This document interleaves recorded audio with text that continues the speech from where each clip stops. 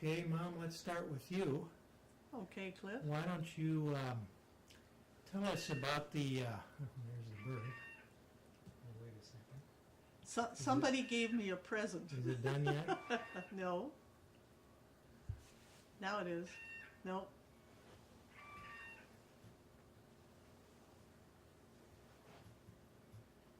Okay. Let's start with the Narum family. Well, let's start with the Estes family. All right. Tell me about how the Estes family got to Milwaukee. Okay, well, a long time ago, there was a family by the name of Dieste, and they lived in northern Italy. And they were farmers and decided to come to the United States. So they settled in the Carolinas, and they had a farm there. And they had several boys who got tired of just being boys and farming. So two of them, Joel and Elijah, got on their horses. This is how long ago this was. And they rode on their horses. When they got to, they were going to ride across the United States. And when they got to Chicago, why, Elijah, my great-grandfather, met a lady by the name of Zabiah Wentworth. And that was as far as he went. And Joel, his brother, kept on going and did some things with some wars out on the West Coast. But eventually Joel ended up in Colorado. And that's how come he became a model citizen. Joel's did such a good job, and he had been a scallywag as a young fellow, but he became a very model citizen, and the name, the town of Estes Park, Colorado, was named after Joel, which is where he settled in his middle years.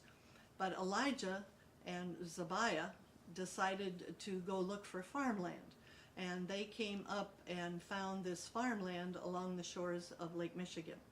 And it later became a part of the city of Milwaukee. And it was fun to sit there in the living room of their oldest son's house and look out at the lake and remember that Elijah named that part of, or Zabiah named that part of Milwaukee.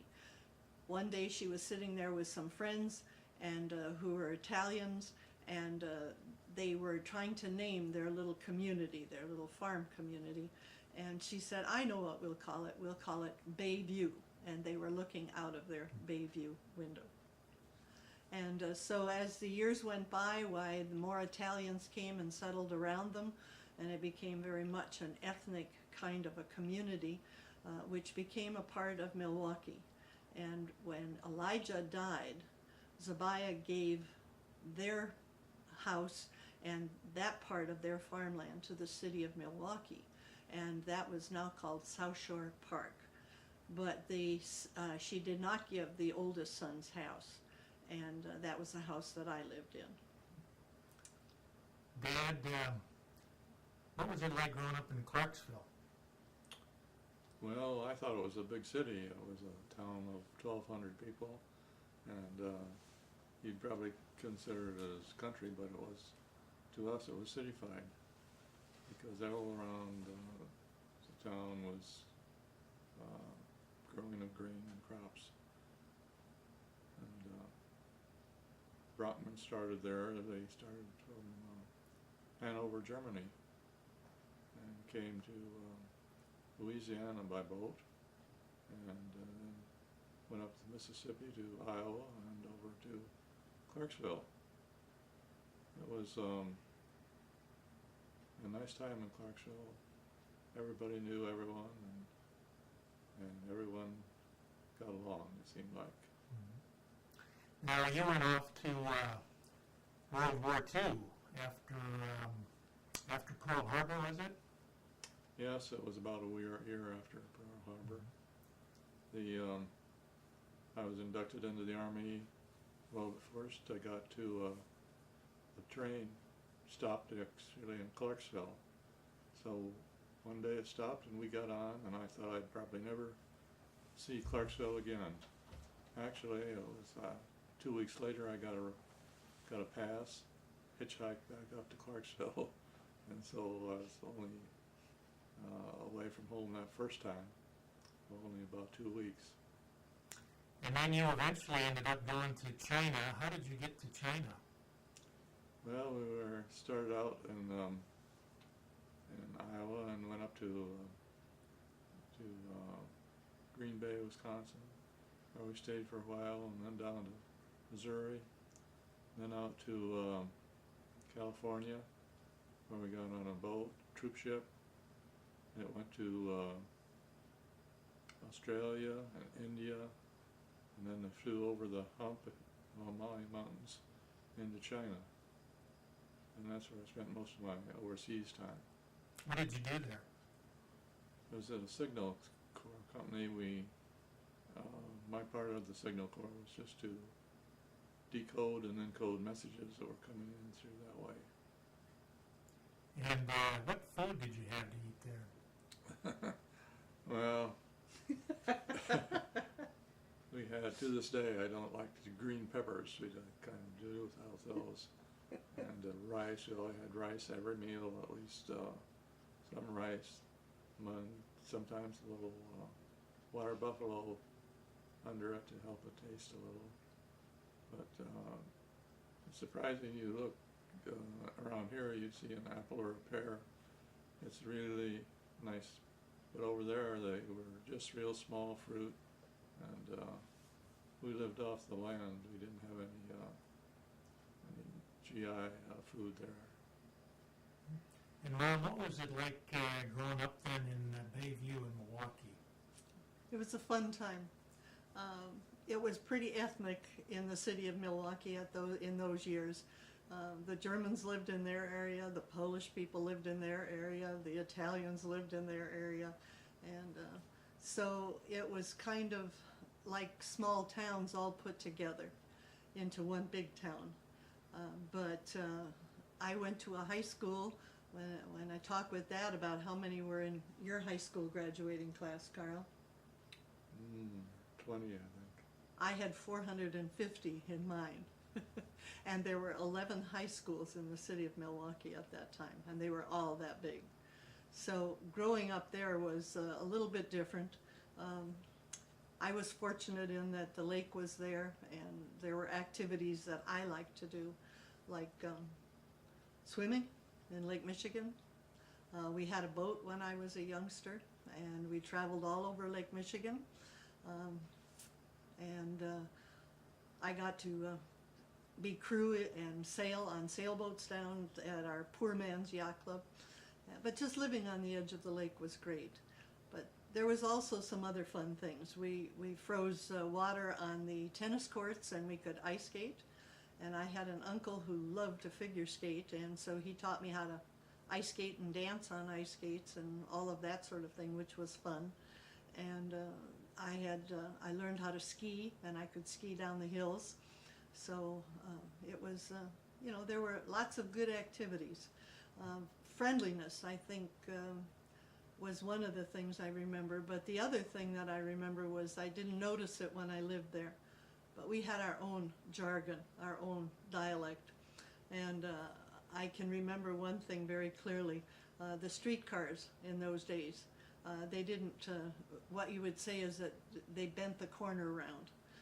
Or you said to your friends, because you paid too much for a telephone call, come on over and holler me out. And so that's what you did. Life was just a little different. But it was fun. And most everybody liked to dance. They liked music. And the big bands came in the early years to Milwaukee because it was a big city. And so there was a lot of dancing at the local social center.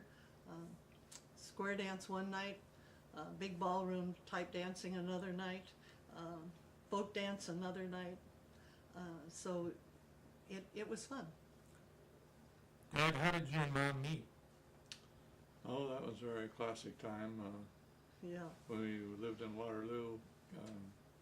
Nancy lived in Milwaukee, and she came to Waterloo to work at the YWCA. So when we first met at the YWCA, she asked, what do you like to do? And I said, well, we have a social club that meets every Tuesday, and we have over 100 people that come, and boys and girls, so everybody enjoyed that. And we learned how to do square dance, which is something that we've been doing for the rest of our lives. It's an easy way to meet people, have fun, get exercise, and really enjoy it. And then you moved to Seattle. Why did you move to Seattle? Well, we had a son. So why did you move to Seattle? Why did I move to Seattle? Yeah, we got married and you got, what happened? Yes, on March 29th, which is next Tuesday, she says, we went to Seattle for the Rath Packing Company.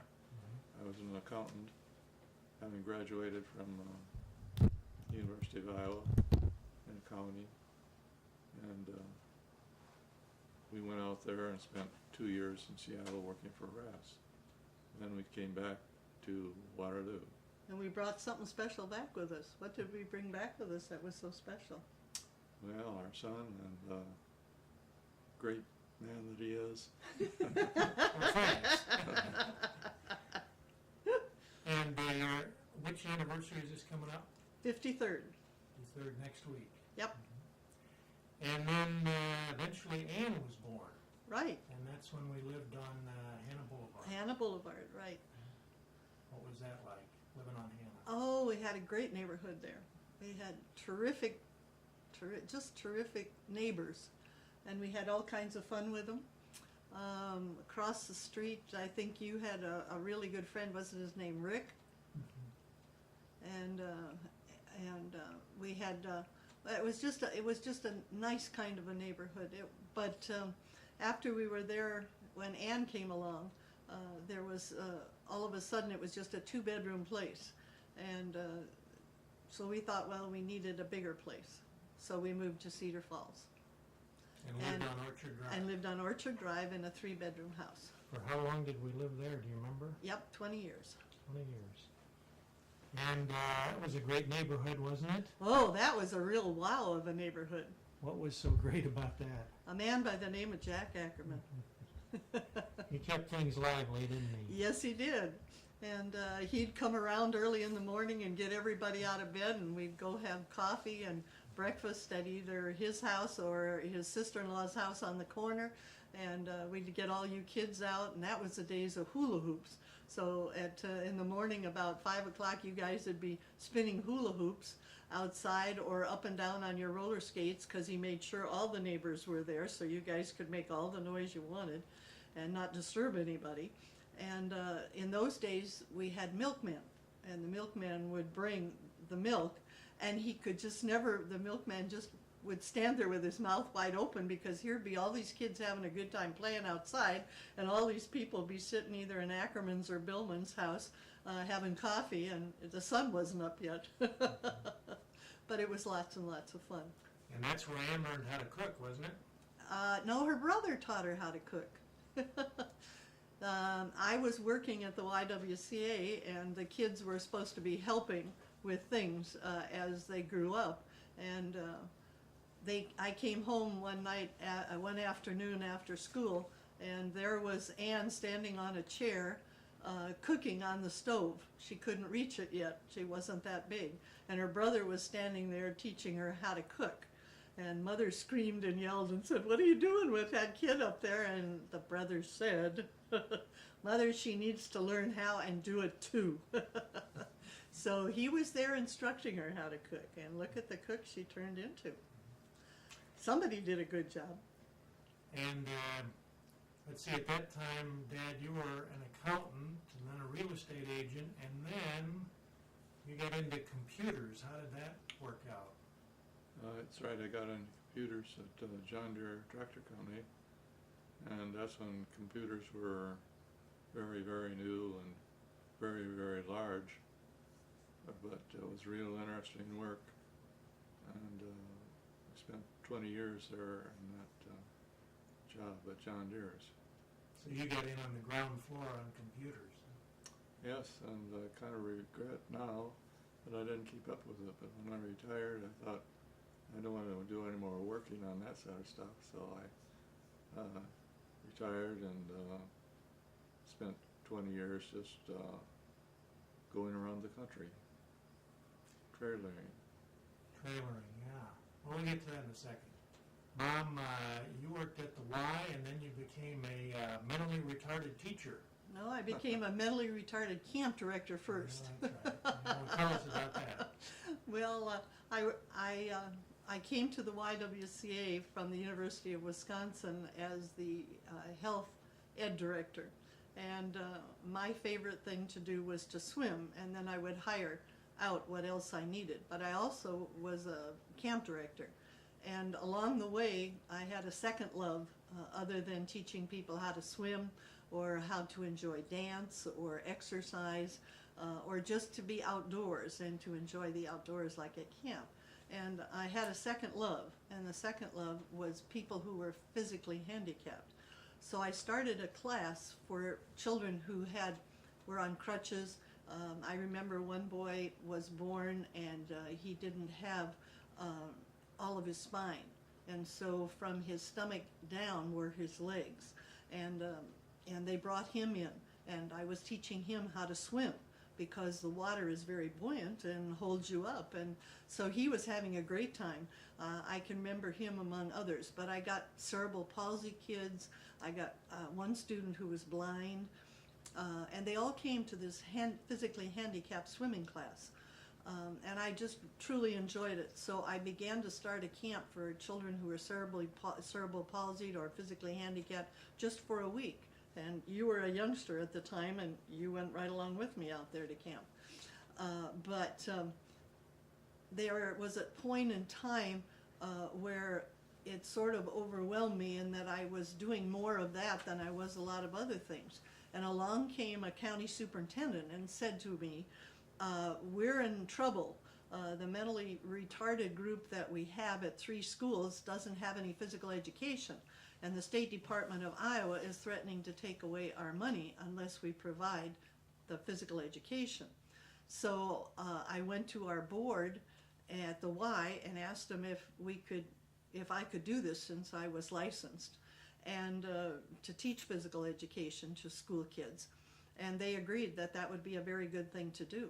So the kids who were mentally retarded were bussed in for gym and swimming to fulfill their physical education requirement at that time. And it just got to where that was more interesting.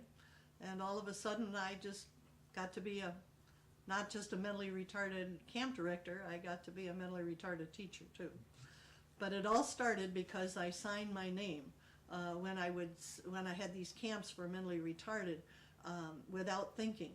I would write out to these Association for Retarded People and to get kids from the Northeast Iowa area to the camp, and I would sign my name, Nancy Brockman, retarded camp director. And Dad decided that I was a retarded camp director. But that's how it all started, and I ended up so intrigued by it that I ended up teaching mentally retarded and eventually became an educational consultant when I got my master's and worked with special ed. Now, growing up, we had some great vacations, Dad. We always went camping. Where were some of the places we went? Do you remember?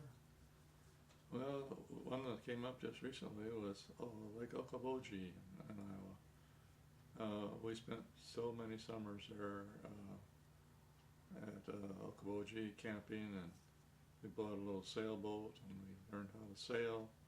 One of the nicest times we had on vacations was sailing around Lake Okoboji or other small lakes around Iowa. We also had a camping trailer. We started out with a little umbrella tent and went on from there. A full-down trailer, and then we said we would never have a hard shell trailer. That's what we called them.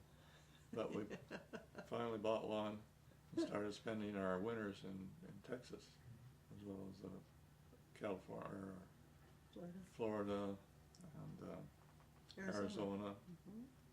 Those were the days that we would spend all winter in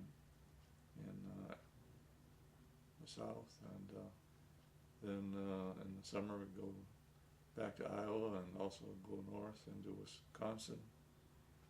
We had a lot of vacation time in Wisconsin over the years. And we always went camping for our vacations. Remember, we went to Seattle one time. Remember that? And Do you remember taking your son back where he was born? Yes, he was born in Seattle, Washington, and But we took him back so he could see where he was born when we had the fold down. we rented one, I remember. we rented a trailer.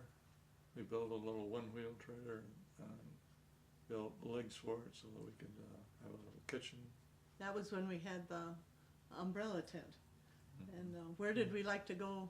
And sometimes you left Ann and Cliff and me and the dog. And then you'd come back to work, and then you'd come back again on the weekend, and it would rain when you got back there, right? We'd have a good week. What lake did you take us to? That was a clear lake, and I would never think of it now, but at that time it seemed like the thing to do. I took the car and went back to work for the week, and Nancy stayed in the tent. I just left her there for a week, and with no car, no way to get around at all. We had a local place though to get. We got milk. Remember down where they rented the boats, we could get milk there. We had a good time. I remember then you came back on the weekend, like Mom said, and it rained. Yeah, right. And we woke up the next morning and we were floating in the in the tent tent. practically on our air mattresses because Yeah. it was coming up through the bottom. I think Right. that's about the time Mom decided we were going to start getting the fold down, wasn't it?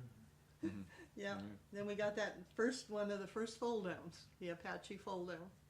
And we didn't have anything inside of it like they have today, except they had a small table in there. And so that worked out real good. And then, like you said, you bought a travel trailer and started going south, and then eventually ended up staying in Texas in the wintertime. Why did you go down there? Why did we end up in Texas, Carl? Can you remember? Well, we wanted to try everything, so we spent 2 years in Florida, 2 winters, and 2 winters in Arizona, and 2 winters in Texas. And then we sat down, and as Nancy tells it, we figured out which ones we liked the best, and we couldn't decide, so we went around again and trying all 3. And then we made a list. We decided on Texas as the place where we wanted to be, because there we were winter Texans, we weren't snowbirds. Winter Texans help in all places where they go, in hospitals and schools and things like that. There was more to do in Texas that we liked to do. We didn't have anything on our list that was negative. Everything on the list for all 3 places was very positive. But there was much, much more to do in Texas, besides which they had better square dance collars in Texas. That's what we did wherever we went. We went square dancing. We'd go the first day and that we got someplace, and people would help welcome us in, and we'd dance that night, and by the time the dance was over, we had made lots of new friends. Right. Do you remember how far we got one time, one summer? How far did we get one summer to square dance? We had a square dance book that told us where all these were in the United States and Canada. What's the furthest place we ever square danced, Carl? Well, it depends. If you go east, why, it was Nova Scotia. If That's you go right. go west, it was Pacific Ocean. Oh, we only got as far as Colorado. We didn't ever square dance in California or Washington. We didn't? No. But we did square dance on the tip of Nova Scotia on Cape Breton with the Scotch Irish. And it was real fun. They had a great brogue, and we were going to stay a week, and we ended up staying 5, I think, because they were so friendly, and we had such a good time. We made so many friends. And in Texas, at least this last place, they had your favorite pastime there, Dad, wasn't it? Oh, I love to play table tennis. I still do. I started playing back when I was in high school in Clarksville, and play every place we go. I played table tennis and enjoyed it, and I won a lot of trophies from it. And after we found the place where I wanted to play, I told Nancy to find something to do because we were going to stay there at Sunshine Park.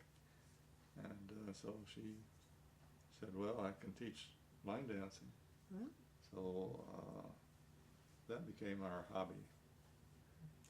And I remember as a kid, every Tuesday night was table tennis night for you. Yeah. Yes, and one's coming up, and next week is a Tuesday night, and I don't know whether I'm going to be able to get out or not.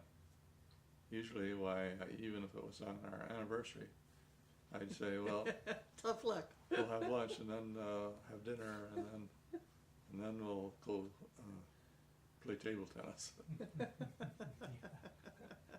Always get that in. Yeah, right. Well, and then you decided after all those years to stay home this winter. It's 2005. Mm-hmm. And what have you been doing here this winter? Well, we still have our same pretty much hobbies.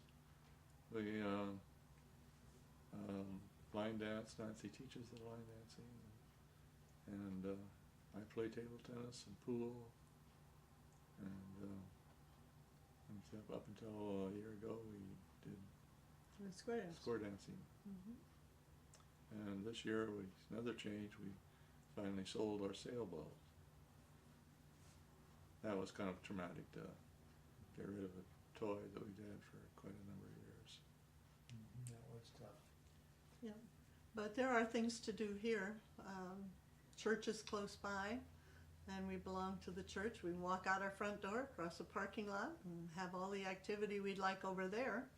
Or we can go the other direction across the other parking lot and have lots of activity over at the Lutheran home.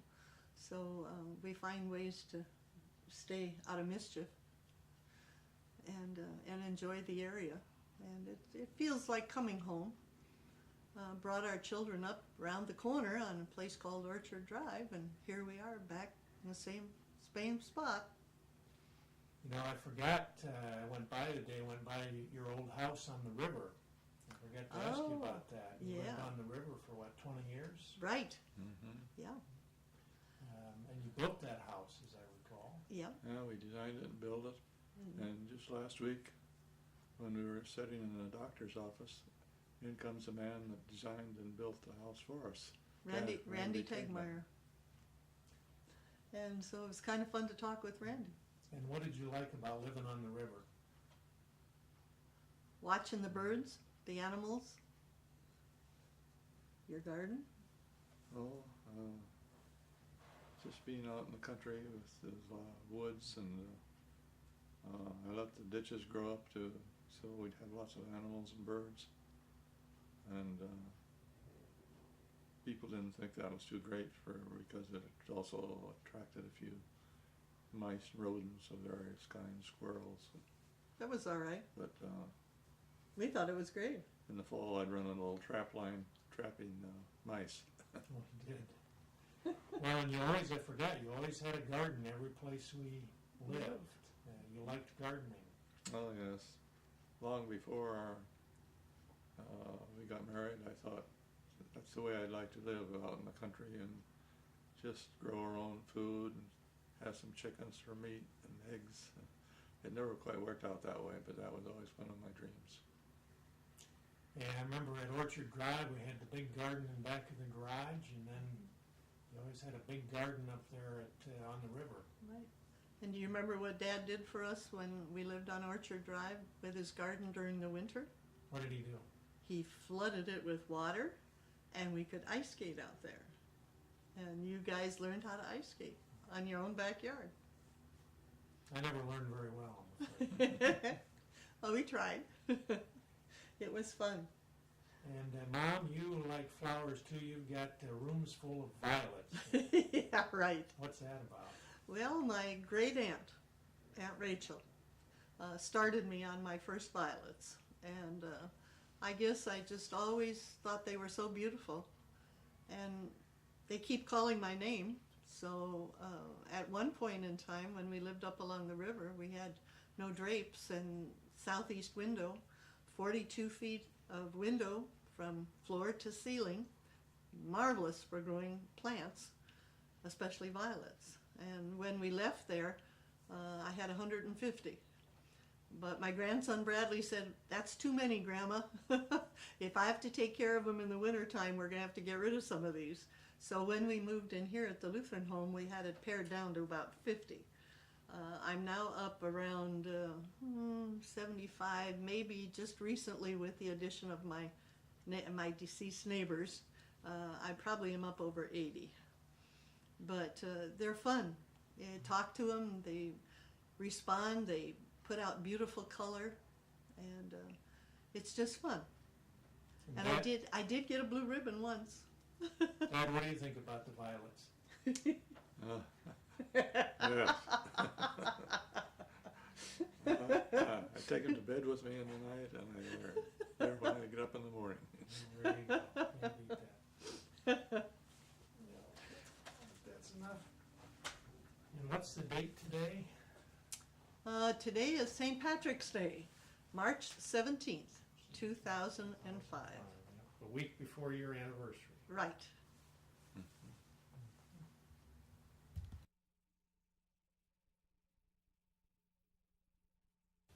Okay. Tell me about the violets here. Okay. Well, when my great Aunt Rachel gave me a violet to get going, or I think she gave me 2 of them. Violets were what they were called. They were violet in color, and they were pretty much all the same and all standard. But as the years have gone by, violets have changed a little, and they have hybridized them to the point where we have all kinds of colors. Here's an original kind of a purple, but this one, you can see it. Can you see me, Cliff? Yep. This one is a ruffled one, and the edges are ruffled instead of just being flat and plain. Sometimes violets will come along and there'll be this beautiful red color down here, and then they'll have an edging.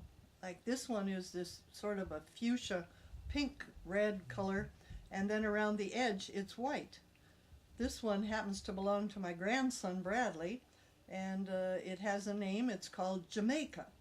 He went there one time on a mission trip and couldn't resist having a Jamaica for a violet. Sometimes the violets will be white with a green edge around it. Sometimes today they'll be like a pansy kind of a thing where you'll have purple and white, and it'll look more like, the flower will look more like a pansy than look like a violet. Or you can have these beautiful, brilliant colors like this deep red here. Sometimes you'll have another kind of a violet, and call it a trailer. I have one over there, and I have one up here. And what happens is that it starts, and then it just kind of loops and grows just like a trailer. It just goes all over the place. In my case, they're pink, and I enjoy them very much. I have 2 violet plants, one called Ramon, and the other one called Ralph. And a long time ago, Bradley and I heard our names being called when we went on a Walmart, when Bradley was probably maybe 7 years old.